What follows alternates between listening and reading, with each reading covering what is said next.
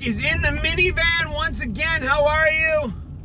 And yeah, a lot of shit going on. It's raining. I'm coming from the dentist where my mercury filling that I had like put in like 15, 20 years ago was cracked.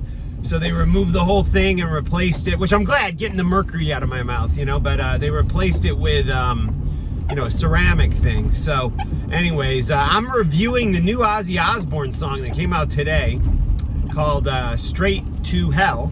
And I'm also talking about MÖTLEY CRÜE, their big announcement that they are returning.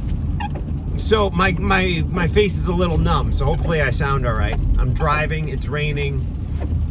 You get the vibe here. But anyways, I just now, it is 12 noon East Coast time here on Friday, the day that the new Ozzy Osbourne song was released, the second new song that we've heard with his collaboration with Andrew Watt. Got Duff McKagan of Guns N' Roses and Velvet Revolver fame on the bass, and who's playing drums? Chad Smith, right, from the Chili Peppers, Chicken Foot, numerous other things. So anyways, I think it sounds great, man. It's a different vibe than the first song that was released, Under the Graveyard. Straight to Hell is Sabbathy, in my opinion. You know, it has some of the vocals have elements of Ozzy's like solo career, in my humble opinion, but in general it leans more Sabbathy for me. It's up tempo, so you know it's not like a slow doom like thing, although it's got some doom elements, but it's up tempo. The bridge, I always say Ozzy is very heavily influenced by the Beatles, and you hear that in the bridge of this song. To me, that's got the Beatles written all over it, man. McCartney, Lennon, all over it, and it's great, man. I mean, I listened to it three times in a row just now, and again, these songs, sometimes it takes a little time for them to set in. So I'm giving you initial reactions. I may come back with another reaction at some other point.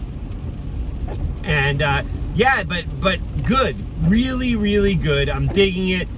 It's a different sound again for Ozzy. This is a guitar player like no one he's ever worked with before. I mean, all his guitar players have had unique sound, but again, not like the typical metal shredder dude, which Ozzy has worked very well with metal shredder dudes. None of them have been typical, in my opinion, but you know, so it's a different sound, and I love that we're hearing elements of Sabbath, elements of maybe 90s era Ozzy mixed in with, you know, kind of a new thing. It's new territory for Ozzy. Again, this is more of an up-tempo rocker.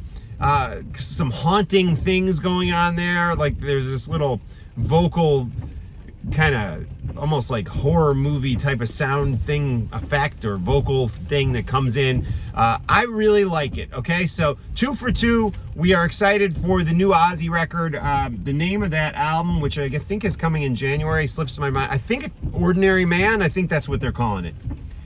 The Ordinary Man? No, I think it's Ordinary Man. But yeah, so good job, Ozzy. 2 for 2. Let's see where this goes, you know, and I'm very curious what happens when he resumes his tour dates. Do these songs come into the set or not? Part of me thinks maybe not. Maybe this is just a record. He's not going to be playing these live, but who knows? I think it'd be fun to hear one or two of them played live. But is it going to be weird with Zach playing these songs live? I mean, Zach, a very different guitar player than what we're hearing on these records.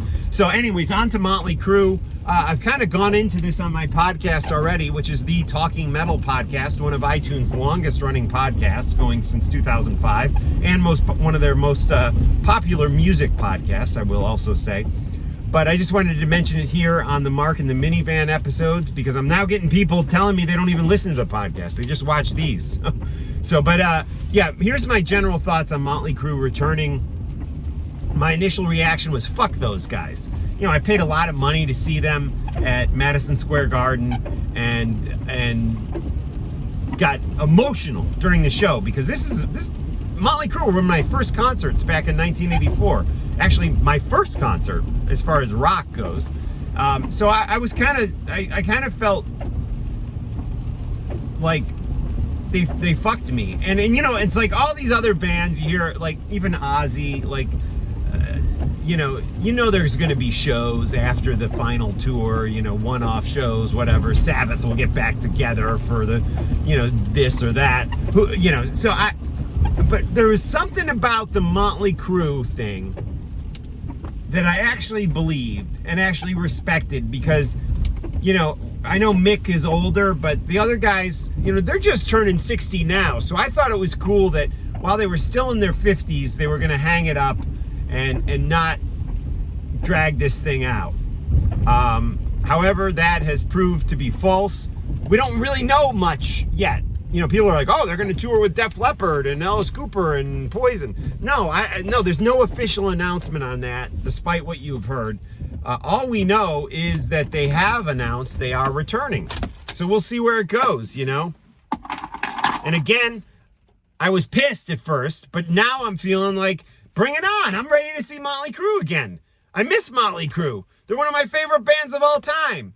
And, you know, did they lie to our face when they... No, I don't think they lied. I think they really, truly weren't going to do any more touring, but they got offered a shitload of money, and maybe they're like, yeah, let's go out and do it. You know, they were like, we're more...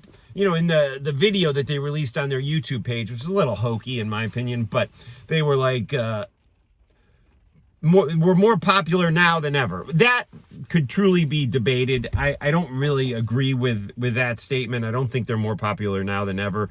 However, there could have been a little, you know, the Dirt definitely got things going again with Mötley Crüe, and a little, you know, definitely stirred up a lot of people's interest in the band. I'm talking about the Netflix movie, The Dirt, which I liked. I know some people thought it sucked. I loved it. I mean, it wasn't, you know, the book exactly. The book was a very different experience, and I loved it. It was done in a fun, tongue-in-cheek way.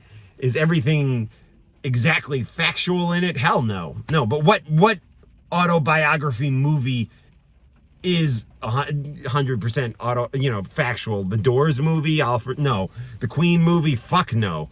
And those were good movies. I like those, and I liked the Dirt movie. So anyways, I'm kind of just riffing here, working it out in my head, but I'm at the point now where I will never trust another band that tells me it's their final tour, because I think these guys will just keep doing it until they're fucking dead. And then they will get, you know, when somebody in the band dies, they'll bring somebody else, and they'll keep doing it, you know, until no one cares or they're dead. And I do think people care. And, you know, you look at the success of the Kiss tour, the Guns N' Roses tour, a lot of these recent tours, and people are, I think, ready for Mötley again.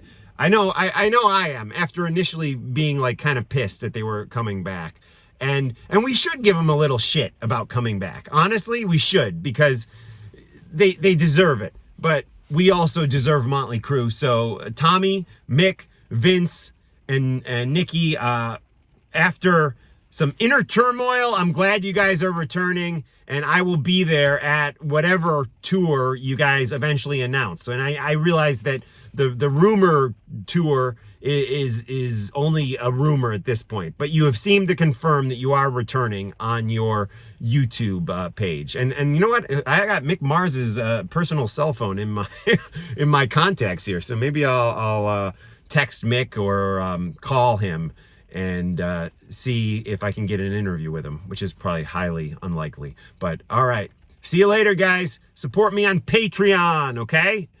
Go search Strigl, that's my name, Strigl, on Patreon. Follow me on Facebook and Instagram and Twitter.